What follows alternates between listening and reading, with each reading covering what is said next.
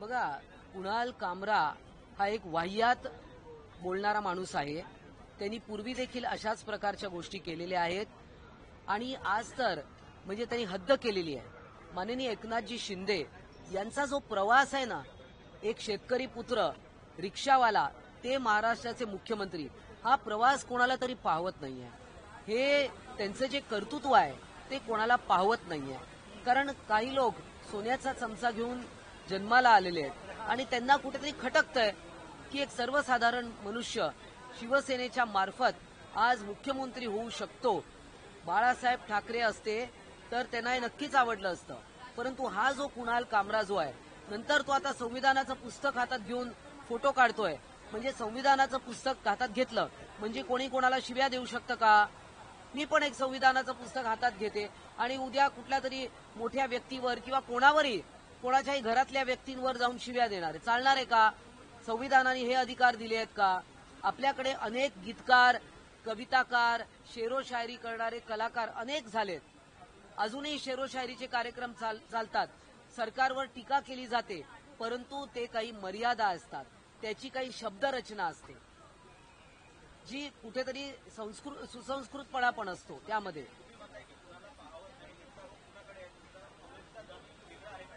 नक्कीच आज ज्या दोन लोकांनी, संजय राऊत आणि आदित्य ठाकरे, त्यांचं समर्थन करतायत, याचा अर्थ कोणीतरी त्यांना तयार केलंय ना ते बोलायला.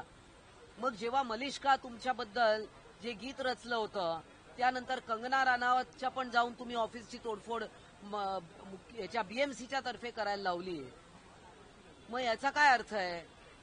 आणि मुद्दामून हे सगळं संविधानाचं पुस्तक तो का घेतोय? कारण 2 दिवस आता विधिमंडळात संविधानावर चर्चा होणार आहे आणि म्हणून हे सगळा हा कट रचला गेला आहे. नाही, निश्चितच निषेधार्ह आहे आणि या कोणी कुणाल कामरा आहे याला नक्की शिवसैनिक सोडणार नाही आणि आमची महिला आघाडी देखील सोडणार नाही.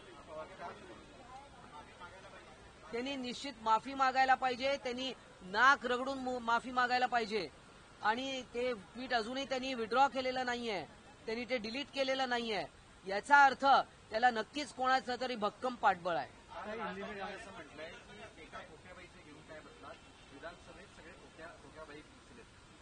आता जनतेने त्यांना नाकारलंय. एकही आमदार त्यांचा आतमध्ये नाहीये विधिमंडळामध्ये आणि त्यांच्याकडनं असं वक्तव्य येतं म्हणजे खूपच गमतीशीर आहे. मग अगोदर त्याचा एक आमदार त्यांचा होता, मग तो पण खोक्याबाई होता का? म्हणजे हे सगळं काहीतरी बोलायचं आणि टाळ्या मिळवायच्या.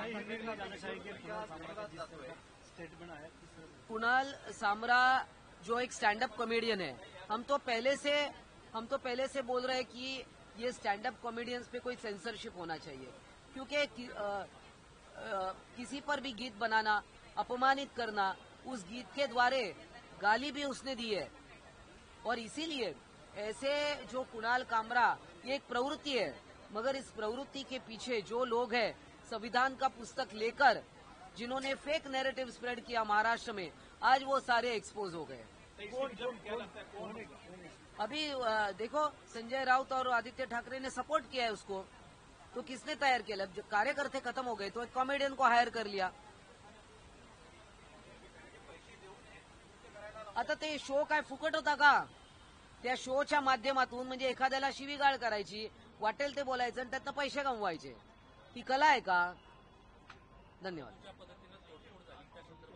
आज वंदनीय बाळासाहेब ठाकरे असते तर या शिवसैनिकांचे मातोश्रीवर बोलून सत्कार केला असता.